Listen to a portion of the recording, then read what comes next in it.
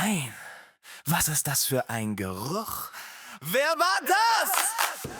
Ich komm nach Hause, alles still. Doch etwas liegt hier, was ich nicht will.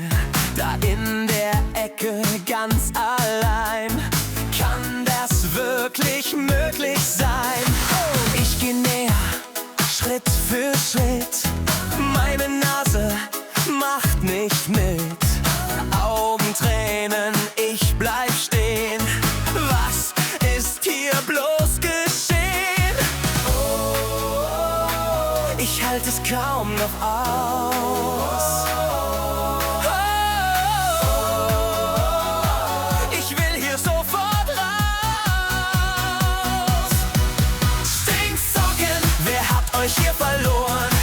Stinksocken, ihr habt mich auserkoren. Stinksocken, ich kann nicht mehr entfliehen.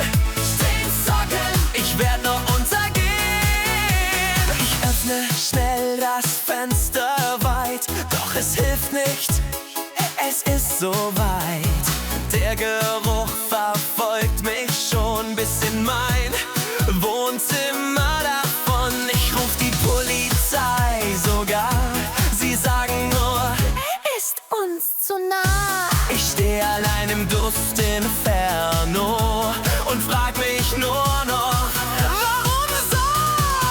Stinksocken, wer hat euch hier verloren?